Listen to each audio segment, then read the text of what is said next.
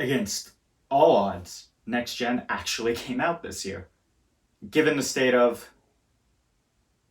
well, everything, it seemed very likely we were not going to get the systems this year. Especially after that way too long game of chicken, which only ended because of a leak. It's crazy to think that we only knew when these consoles were coming out and how much they were going to cost like 2 months before they came out. The hype cycle for this gen hit a little different than previous gens because of it. All we knew for the longest time was holiday 2020. There was an air of mystery around this gen we haven't really had since before social media and the 24-hour news cycle came to games. But here we are. Next gen has been out for 2 weeks and I've spent a good chunk of time with each system. Let's go over the one that came out first and the one literally no one I know cares about.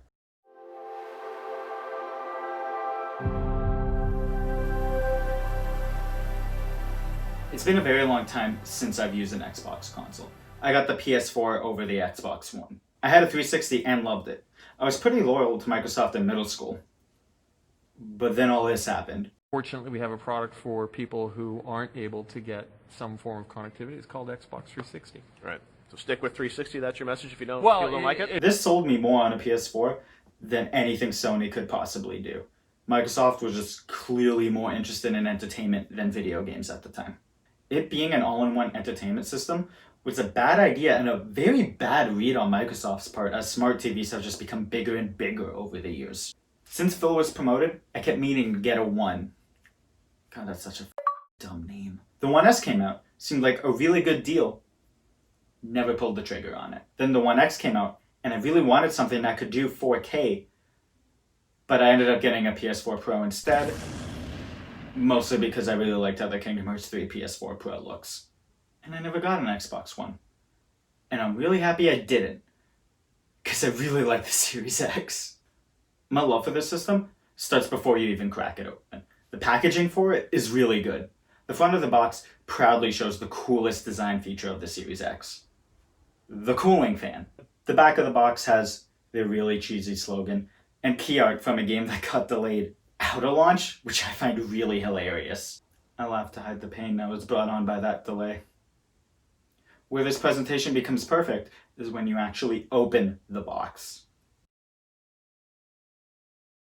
You're greeted with their cheesy slogan, and the console is wrapped in whatever the hell this is.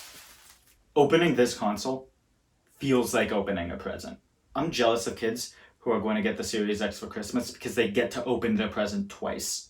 For the console's appearance itself, I love this monolithic design it evokes. Personally, I prefer it in fridge mode over standalone freezer mode.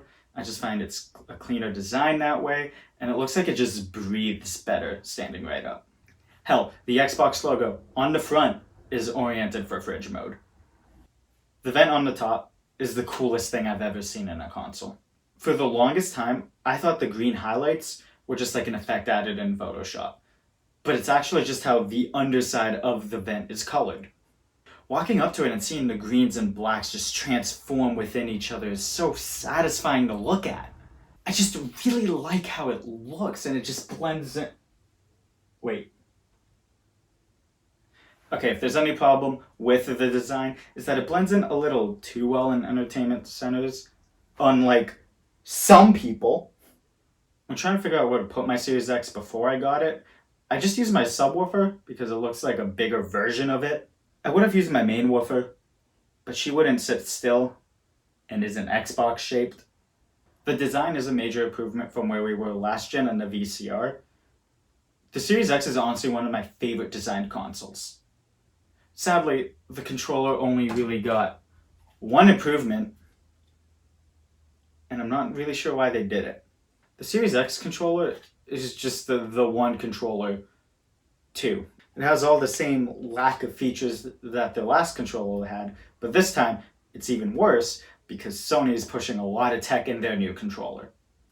But I really like the one controller, and this is just a better version of it. The main difference is with the D-pad, which I was very worried about. This circular design gave me mad PTSD from the 360. I was dumb to think that. This is easily my favorite D-pad. Your thumb just perfectly falls into the center and it's just satisfying leaving it there.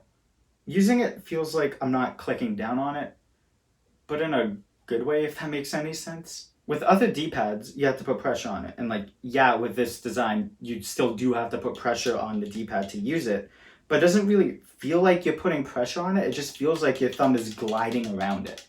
All that might just be me though, just thinking way too much about it. But hey, it works well for 2D games, and it works well for menus, so it's a good D-pad. Although when I was playing Tetris, I found I was double inputting sometimes when moving left and right, but that could just be me being an idiot. The other new feature this controller has, other than the share button, is grips.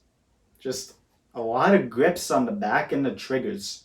I like the slight grips on the bumpers because I feel like that's where you would hit the bumper when quickly going to use it in a game. One thing I always liked about Xbox's triggers is how empty they feel until you hit the end. Kind of just feels like punching a wall. Which, that may be foreshadowing on the PS5 triggers.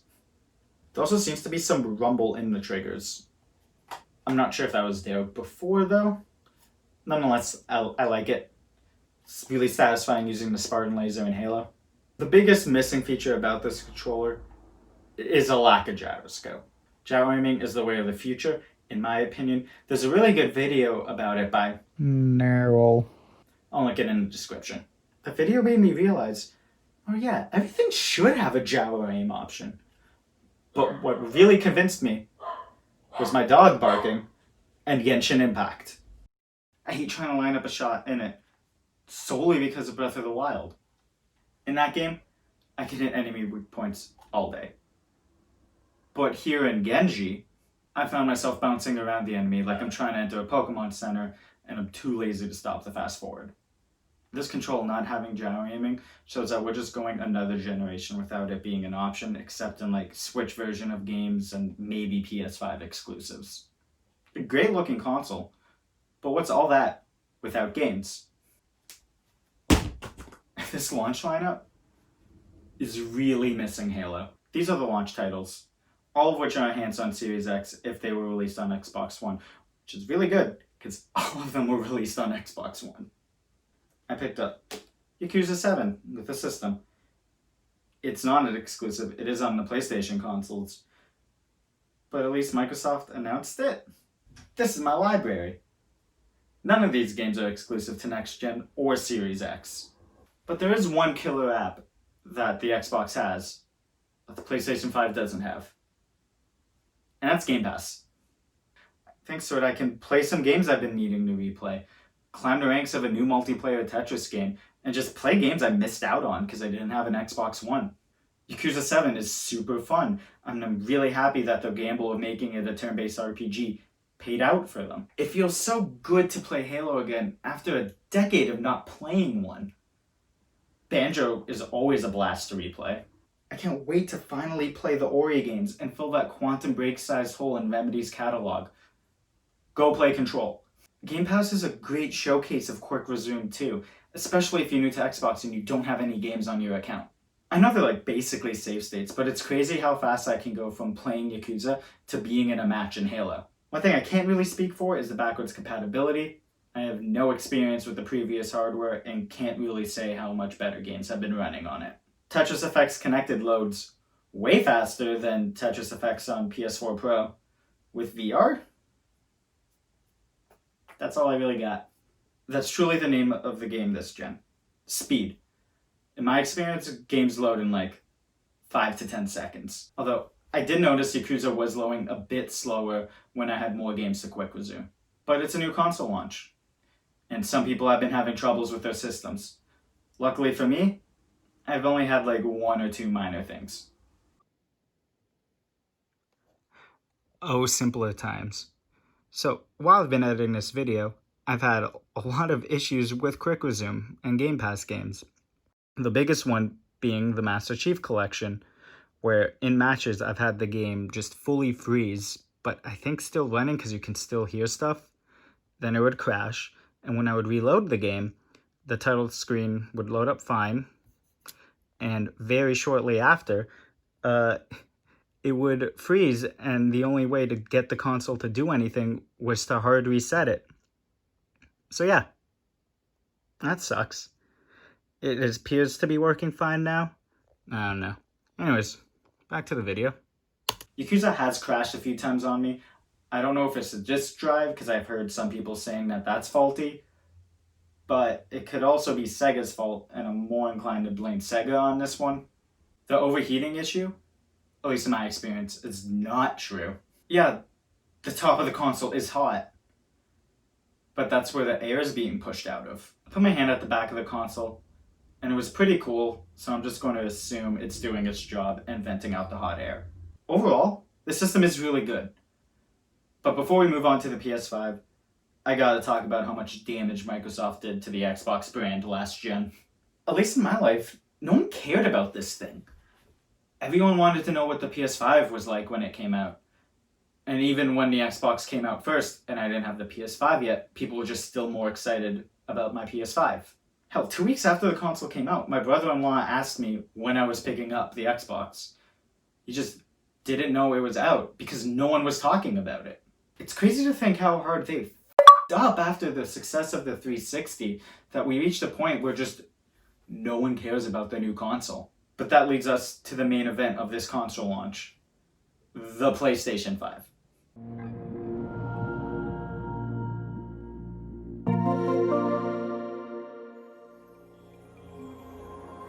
Looks-wise, the PS5 had an uphill battle from the moment I saw it. I get the feeling that some designer at Sony thought they were being super creative when the side panels come together and form a V. Because it's the PS5. It's also blatantly obvious that the digital version of the console is the original design. I know this has been said a lot, but the disk drive really does look like a tumor. I wasn't a big fan of the controller design either. It just looked like a PS4 controller wearing a singlet. Singlet? Singlet. Singlet. Just because I didn't like the look, it doesn't mean I wasn't excited. But I love my PS4. Personally, I think it has one of the best library of games ever. Mostly because no one wanted to make anything for the Xbox or the Wii U. Just because the plastic the games are played in doesn't look that good, doesn't mean it's going to be a bad console. But the cardboard that the plastic comes in sucks. A lot. Especially after the Xbox Series X's presentation. I really don't like this box. It looks like an insignia box. It just comes off as super generic. Like, the only really PlayStation thing about it is the face buttons on the front of the box. But I will admit, the digital version's box looks way better. It's so whatever, I didn't even bother putting it back in the box to recreate opening it. Shoutouts to last week's me for forgetting I filmed the unboxing for both consoles and deleting those videos alongside thousands of memes. Way to go, you idiot. As hard as I have been on the console's presentation so far, luckily it looks way better in person. The PS5 is a colossal unit. Ever since I set it up, sometimes I just look over at it and I just can't believe how big it is. I just can't get over it, dude. It's huge. I don't like the stand that comes with it. It feels like an afterthought, like they fully designed the console and then realized, oh wait, people have to put these in their entertainment centers, and they just quickly slapped the stand together for it. The DualSense, though. This controller is easily the best controller Sony has ever designed. Although in my opinion, it is also the second good controller Sony has ever designed. I kind of very much really hate holding all of these controllers. I have a big problem with every single one. I would put my initial reaction to the controller here, but I also lost that with the unboxing. It just feels so perfect to hold, and whatever they did to reduce friction in the sticks is amazing. The triggers and bumpers feel great on their own. More on the triggers later. Everything about this controller feels great. Except the D-pad. I really don't like Sony's D-pads. It's fine for menus, but I hate playing 2D games with it. Like for Tetris, this is easily my least favorite D-pad. Prefer how the light works on the DualSense than it does on the DualShock 4. On the DualShock 4, it just throws the blanket blue to show that it's on. But on the DualSense, it has two lights that go along the sides that devs can use for whatever, and a white light on the bottom to show that the controller is on. I think separating that was a really smart move on Sony's part. But that's not what people want to hear about. What about the haptics? I wasn't that impressed by it. It was literally the HD Rumble on the Switch. Although I will say it's better than the HD Rumble in the Pro controller. Because how it's designed on Switch is that because you could be using a Pro controller or the Joy-Cons. For the Pro controller, the Rumble is only really set to the handles because that's the only part that mimics the Joy-Cons. So the whole center of the controller is completely left out. But here on the DualSense, it's the handles and the center of the controller. It's truly around the whole controller, which the Switch Pro controllers desperately lack. Just because I wasn't impressed by it doesn't mean the haptics are bad. They're great. I've just felt them before with the Joy-Cons. Hell, the company that did the haptics for the DualSense made the HD Rumble for Switch. These adaptive triggers, on the other hand, I was really worried about them. It could have easily just felt like someone was putting pressure on the bottom of the trigger, and I was super worried that one day I was going to try to push down and I would just hear a snap and my finger would fall all the way to the end. Thank God I was wrong though, because the adaptive triggers feel really good in some settings. In the 3 games I've played, I only really like how 2 of the games handle the triggers. Spider-Man just throws a little pressure at the end of the triggers, but you don't even need to reach the pressure point in the triggers to use them in-game. It doesn't feel like I'm clicking in web shooters. It feels like I'm walking through slush. It's just not that satisfying. In Bugsnax it's good. It either feels like you're taking pictures with a DSLR camera or smacking down on a really meaty button. Astrobot does a lot of really neat things with the controller. But there's one part where the triggers are amazing. In that part, you're rock climbing, and when you close the triggers, it feels like you're closing your fists on rocks. There's some rocks where if you put too much pressure on it, they'll break. There's a cue for it in the controller. It tightens up earlier than other rocks, and if you break through that tight point, you fall. While in the controller, it releases all tension and your finger falls to the bottom. It feels like you broke that rock in your hand, and this is honestly the most mind-blowing thing I've experienced from both consoles at this point. That is the best way to use the adaptive triggers, in my opinion, and is the perfect blueprint on how they should be used from this point out. Have the controller feed cues to the player. Like shooting a gun. It could get jammed, but the only way you know it's jammed is because the trigger now feels different. Everything else in Astrobot was a great showcase for the controller. I was really disappointed with the bow and arrow though. I was expecting it to get tighter as I put more pressure on it, and it just didn't do that, which I found really weird because Sony kept talking about how that's going to be one of the key things. I also hate how Sony is using the speaker in the controller.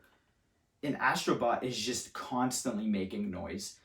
In Spider-Man, it makes little thwips out of the controller, and I didn't even notice until I was playing with my TV quiet. It's just annoying of how they used it. Personally, the only good uses of a controller speaker I've seen was in Kingdom Hearts 3, where Donald and Goofy call out to Sora through the controller. And Brawl, whenever you select a character with the Wiimote. I just turned on the PS5 by accident. Whatever.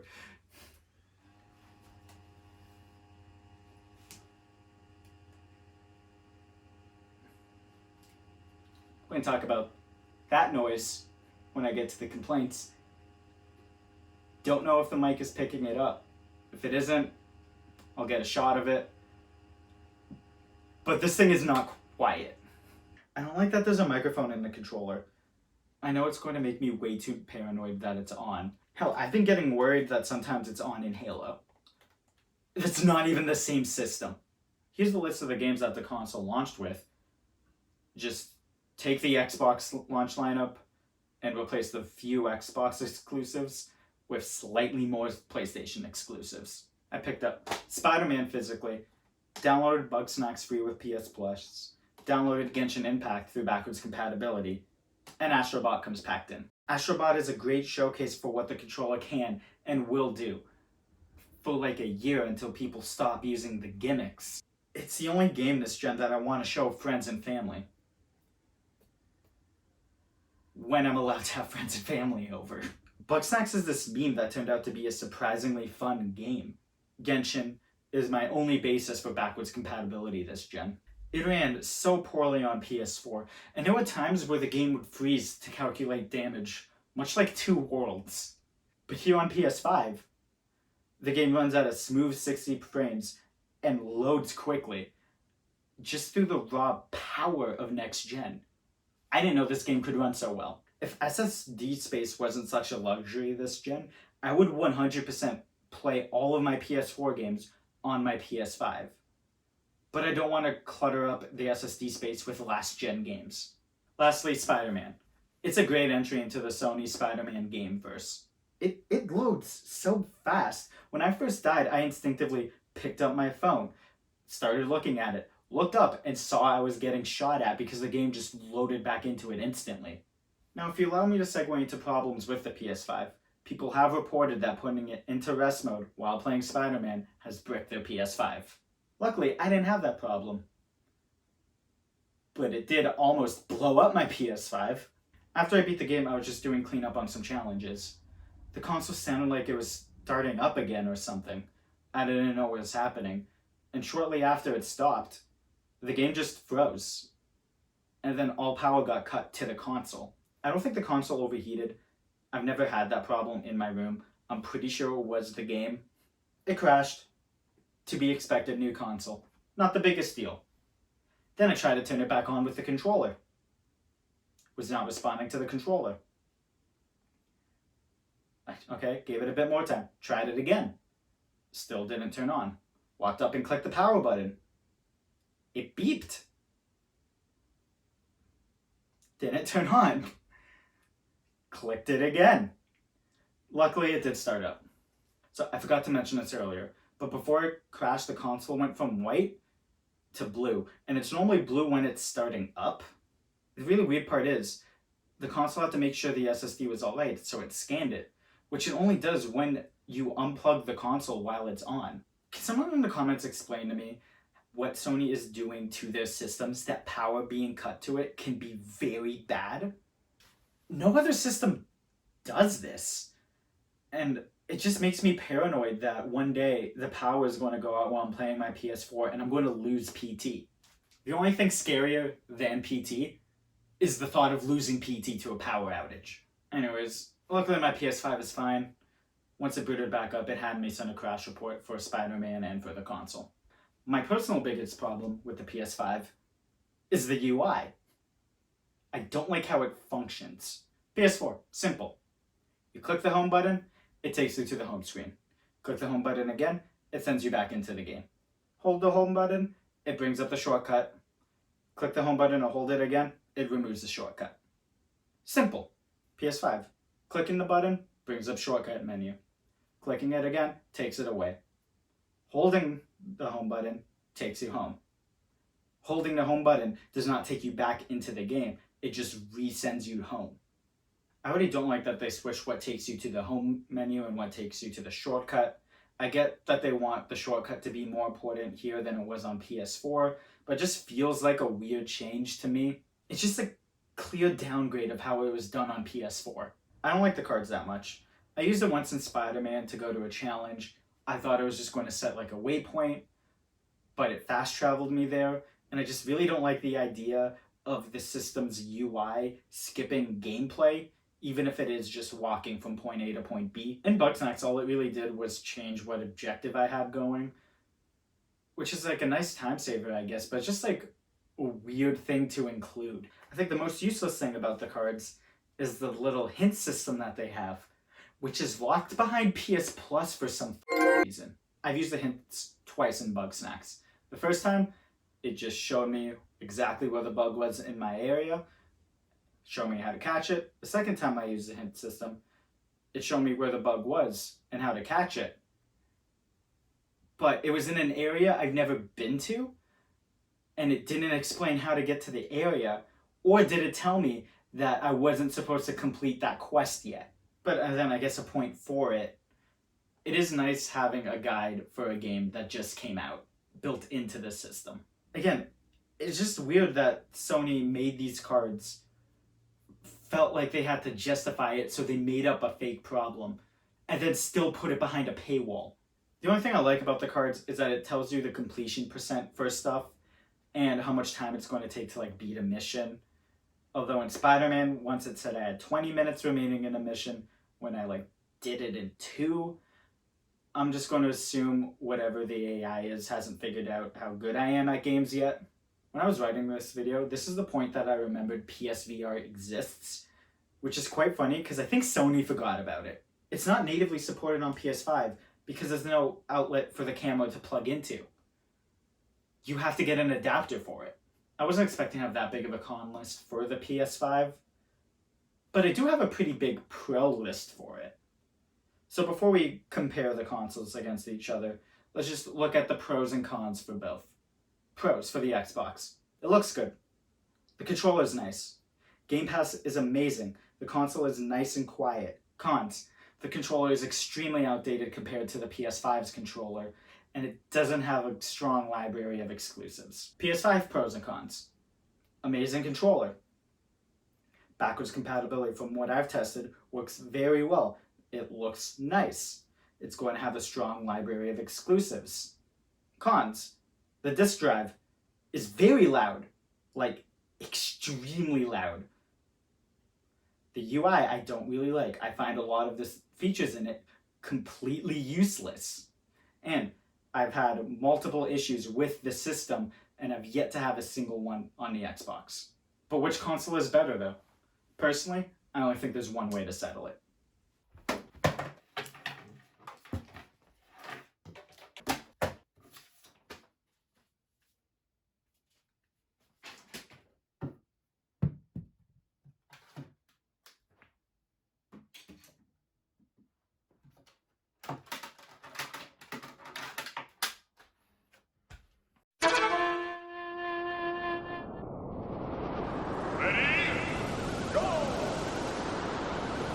Jokes aside.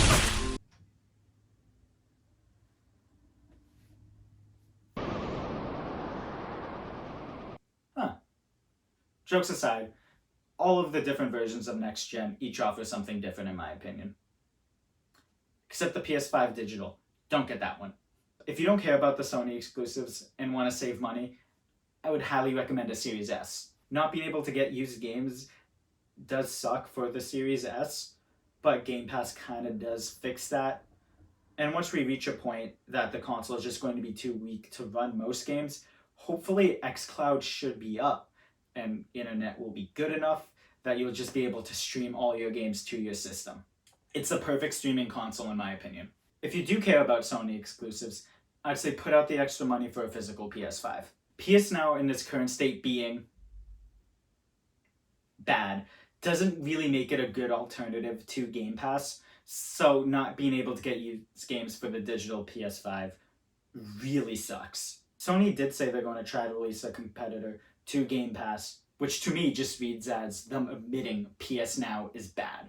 If you're not on a budget and can get whatever you want, it's a tough choice. These systems just came out, and we don't have a clear picture of what's coming out down the line. We have like a rough idea for Sony.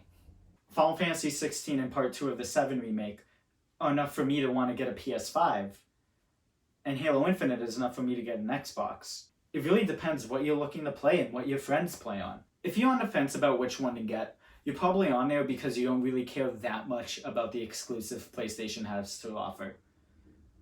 So I would highly recommend getting an Xbox, mostly for Game Pass. It's weird recommending the Xbox because we don't really know what Microsoft has coming out for it, especially because how many publishers and developers they've bought recently. I've heard reports that some games run better on the Xbox than they do on the PS5 and vice versa, so they seem roughly equal in the power department. Again, it just comes down to, do you care about the Sony exclusives? No? Get an Xbox. Yes, you already have a PS5 or you've been trying to buy a PS5. As for which console I'm going to use more, right now it's by far the Xbox, thanks to Game Pass. I think I have more time in the Master Chief Collection than I do with my PS5. But it has nothing I want to show to people. Like, yeah, Yakuza's neat, but it's not an exclusive. The Series X is truly missing its Wii Sports. And the PS5 has its Wii Sports. Right now, I've been operating on, okay, if you announce the game, even if it's a multi-platform game, I'll buy it on your console. Maybe that will change as the generation goes on and we know definitively which console is faster though. For multiplayer games, I'll probably go with whatever system has more of my friends playing it. But if crossplay is an option, I'm not sure what I'm going to do there. And if the game will work better in handheld, I'll just get it on Switch. I think my biggest problem with this console launch is that there's one next-gen exclusive game. And it's Dark Souls. Okay, and I guess Astrobot counts too, but that doesn't really feel next-gen. I hope me sharing my experience with the PlayStation 5 and the Xbox Series X is helpful in deciding which system to buy. Do you agree? Think I'm an idiot? Comment down below and subscribe for more bad content. Dislike the video if you had the PS5 in your cart only for Walmart to take it away. Take care, guys.